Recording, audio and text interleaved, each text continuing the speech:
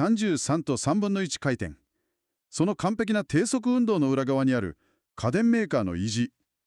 あるいはデジタル波形の限界に挑んだハイブリッドモデリングシンセサイザーの孤独な戦い。多くの人はテクニックスという名前を聞くと、やはり世界中で愛されたターンテーブル SL1200 の姿を真っ先に思い浮かべることでしょう。はい、間違いなくそうですよね。でも実は彼らの探求は決してレコードを回すことだけにはとどまっていないんです。電子オルガンや知る人ぞ知る幻のシンセサイザー、そしてプロオーディオの最高峰であるラムサに至るまで、この電子音楽機材の探求において、当時の技術者たちが残した回路のノイズ対策やつまみの重厚なクリック感、そして市場からの撤退と復活に至るまでの設計思想の深淵、はい。そういった残された資料からその工学的な事実を読み解いていきます。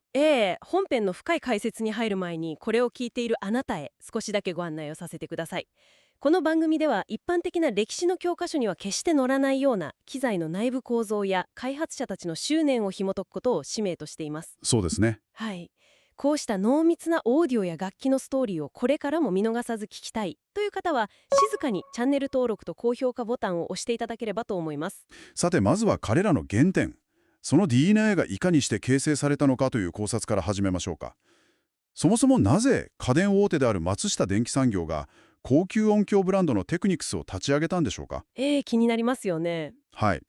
あえて楽器やプロオーディオの市場に参入した理由って一体何だったんですか？その背景にはですね、創業者である松下幸之助の極めて明確な未来予測が存在していたんです。彼はこう語っていたと言われています。将来一般家庭の生活や文化が豊かになれば、高額な商品である楽器が必ず売れるようになると。なるほど。生活のインフラが整った後には必ず文化的な豊かさを求めるフェーズが来るという確信ですね。でも、いくら資金力があるといえ、楽器や高級オーディオの世界をゼロから構築するのは容易ではないはずですよね。おっしゃる通りです。簡単ではありません。しかし彼らには最初から備わっていた最強の武器がありました。それがモーターの技術なんです。モーターですか？はい。扇風機や洗濯機といった家電の分野で長年培われてきた精密な回転制御技術ですね。これが全ての根底にあるんです。当時のレコードプレイヤーはモーターの動力をゴムベルトを介してターンテーブルに伝える、いわゆるベルトドライブ方式が主流でした。ベルトドライブには構造上の明確な弱点がありますよね。ゴムという素材は経年劣化で必ず伸びますし、摩擦の過程でどうしても微細なスリップが起きてしまいます。その通りです。そしてその微小なスリップはレコードの回転に極めて小さな揺らぎを生じさせます。そしてその物理的な揺らぎはスピーカーから出る音の濁りへと直結してしまうんですね。そこでテクニクスは、モーターの軸の上に直接ターンテーブルを乗せてしまうダイレクトドライブ方式という解決策を提示したわけですね。ゴムの弾力でごまかすのではなく、科学的なアプローチによる正確さを徹底したと。はい、まさにそうです。物理的な介在物を排除して、モーターの回転という基本動作に対してどこまでも工学的に向き合った結果なんですね。そして興味深いことに、その正確な音への執念はコンシューマー向け製品の枠を超えていきます。プロオーディオの世界へと波及していくわけですね。1970年代後半に本格始動していく音響ブランド、ラムサへの展開ですね。プロの現場といえば、当時は海外製の大型システムがコンサート会場の音響設備をほぼ完全に独占していた時代ですよね。そこへテクニックスは野外という極めて過酷な環境に巨大な音響システムを投入するという無謀ともいえる挑戦に出ます。じりじりと照りつける太陽の下、激しく震えるスピーカー、そして大衆の熱狂的な歓声。想像するだけでも過酷ですね。そうなんです。その極限の環境で技術者たちが体感した熱量と微感輸送という独自の哲学が結びつきました。それが後のオリンピック公式音響設備へと同ブランドを押し上げる確固たる原動力となったんです。科学的な正確さを極め、スタジアムの熱狂を支えるまでになった。しかしここから歴史は非常に面白い転換を見せます。その正確さを追求した結果生み出された精密機械が、いかにして全く予期せぬストリートカルチャーにハッキングされたのか。全くの想定外でしたね。新たな音楽構造を生み出した1972年に誕生した伝説の名機 SL1200 の奇跡について紐解いていきましょう。ここで重要な前提となるのは SL1200 という機材がもともとは純粋なリスニング用の高級オーディオ機器として設計されていたという事実です。つまり、クラブで乱暴に扱われることなど全く想定していなかったわけですよね。はい。オーディオマニアがクラシックやジャズを静かに聞くための精密機械だったんです。ではなぜ、そのハイエンドなリスニング機器が DJ やヒップホップという文化に選ばれることになったのでしょうか。彼らが求めたのは単なる音の良さではありませんでした。先ほどお話ししたダイレクトドライブがもたらす驚異的な立ち上がりの速さ、指の力に負けない強力なトルク、そして何よりどれだけ過酷に扱っても絶対に壊れないという堅牢性です。リスナーのあなたも想像してみてください。レコードを手で無理やり止める、あるいは逆回転させるスクラッチ操作。ええ。手を離した瞬間にピタッと正確な低速回転に戻る精緻さ。あの独特のザラッとしたスリップマットの摩擦音。つまみの重厚なクリック感。そしてピッチコントロールの滑らかなレバーの抵抗感。そういった全てですね。それら全ての身体的、感覚的ディテールがクラブで感覚だけを頼りにミックスを行う DJ たちにとって唯一無二の信頼できる道具であったことを証明しているんです。さらに音質面でも、立ち上がりが速いというダイレクトドライブの特性が全く予期せぬ効果を生んだそうですね。その通りです。立ち上がりが早いゆえに低音が全くぼやけずにカチッと締まった音になるんですよ。リズムの輪郭が直接鼓膜に突き刺さるようなあの独特の質感は強力なモーターで強制的に駆動させるからこそ表現できた音圧と言えます。本来、音楽を美しく静かに再生し続けるために作られた精密機械が、物理的に音楽を破壊し再構築するため、つまりスクラッチするための最強の武器になった。ええ。この歴史の皮肉と美しさには、意図せざる技術の愛しい逆転現象を見て取ることができますね。本当にその通りですね。さて、こうして回す技術、すなわち音楽の再生を極めたテクニックスですが、彼らは次なる領域へと本格的に舵を切ります。音を自ら生み出す技術への険しい道のり、電子楽器市場への挑戦です。昭和の時代にお茶の間に一大ブームを巻き起こした電子オルガン、テクニトーンですね。そして1980年代後半から90年代前半にかけて登場したポータブルキーボード KN シリーズの躍進もありました。はい。特に KN2000 などのアレンジキーボードは欧州において非常に高く評価されたという記録が残っています。当時のシンセサイザーメーカーの多くは高価だった IC メモリーの容量を節約するために職人技で音のデータを圧縮するという手法をとっていました。メモリーが貴重な時代ですからね。ええ。でもテクニックスは違ったんです。彼らは家電メーカーらしい余裕ある設計思想でアプローチしました。自社のハイエンドなオーディオ技術を注ぎ込み、海外の一流スタディオで録音された極上の高品質 PCM 音源を一切の圧縮加工なしに惜しみなく搭載したんです。つまり、鍵盤を弾くという人間の行為に対して出てくる音色に一切の妥協を許さないというオーディオメーカーとしての矜持ですね。まさにその通りです。もちろん、それ以前のアナログ時代の遺産も忘れてはなりません。SI1010 のような初期の機材が発するポコポコ、ミョンミョンといった素朴で太い波形は当時の電子音の骨格をむき出しにしていました。ええ、そういった歴史もありましたね。しかし、テクニックスの技術力がさらに深淵なる領域へと到達した象徴として語るべきは、1995年に生み出された幻の名機 SXWSA-1 の詳細な技術構造でしょう。 WSA-1 ですね。これは確か当時主流だった録音済み音源を再生するだけの方式ではなく、もっと根本的なアプローチを取った機材ですよね。はい、アコースティックモデリングシンセシスという技術を搭載していました。音の発生源であるドライバーとそれが響く管や弦の構造であるレゾネーターを別々の要素として数学的に計算しシミュレートする方式なんです。少し待ってください。音の波形そのものを再生するのではなく、弦の張り具合や管の共鳴といった物理現象そのものを計算式で再現するということですか。ええ、そうです。当時の演算技術でオシレーターの挙動から全てを物理モデリングしようとすると、計算量が膨大になりすぎて破綻しませんか。まさにそこが最大の壁でした。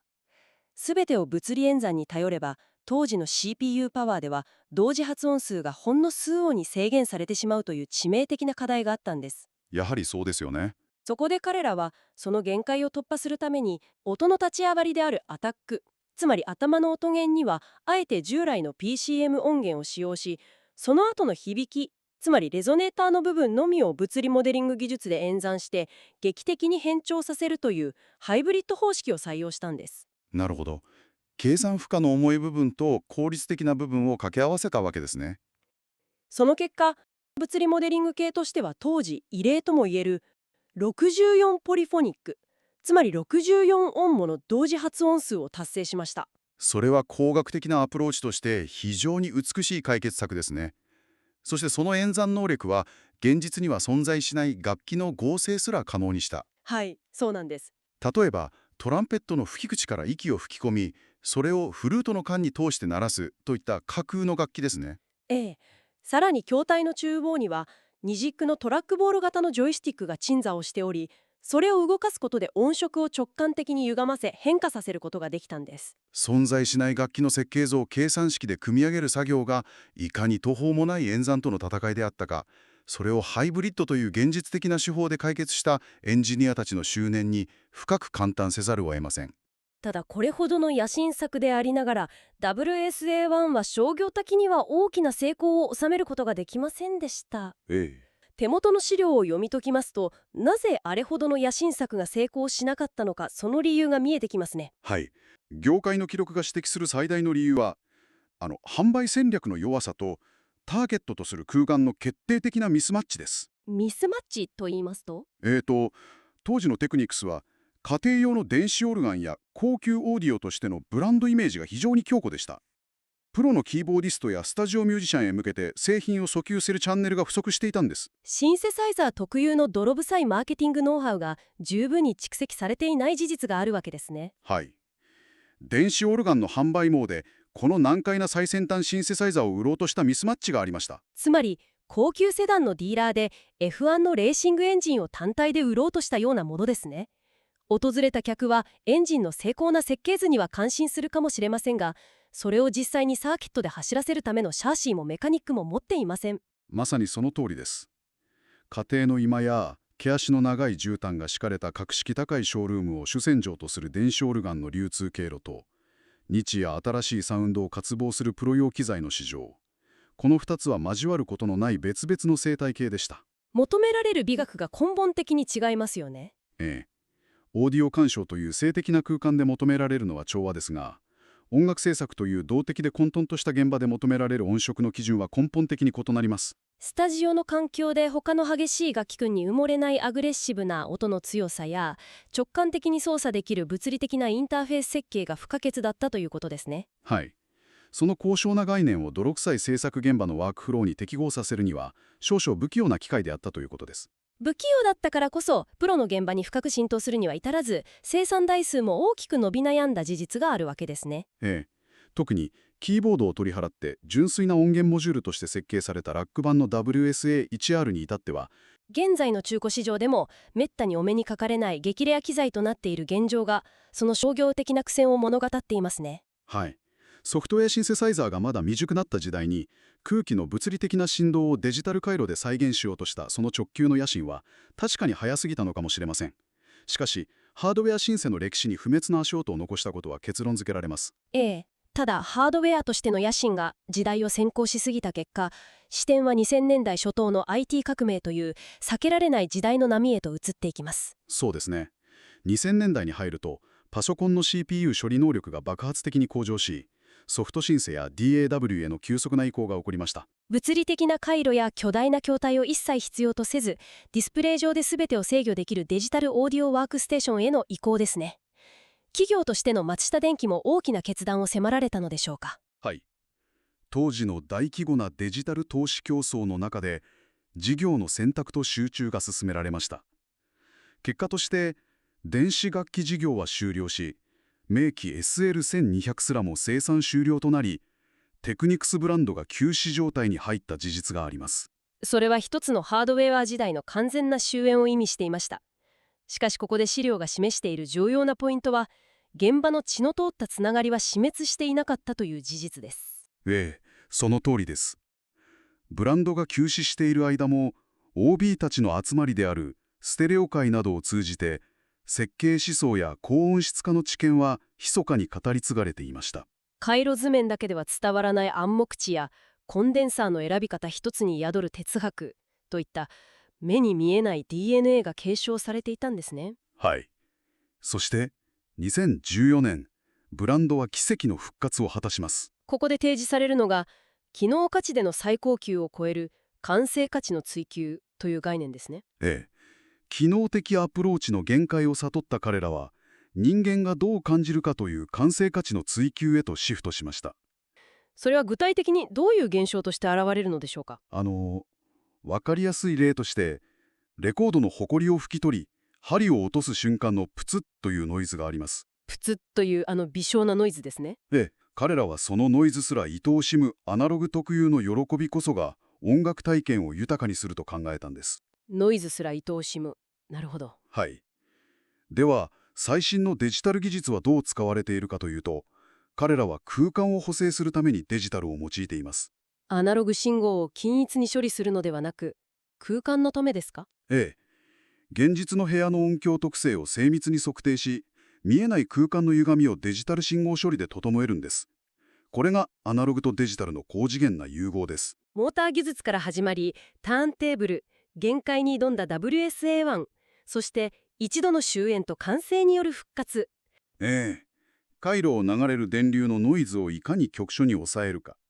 単なるカタログスペックのための機械ではなく、人間の感性と響き合う文化の拠り所を作っていたからこそ、時代を超えて引きつけるのだと結論付けられます。深夜の静寂の中でブランドの物語を読み解く。この時間が今夜あなたのオーディオから流れる音をいつもより少しだけ深く立体的に聞こえるきっかけになれば幸いです。それでは、また次の機材の支援でお会いしましょう。静かな夜をお過ごしください。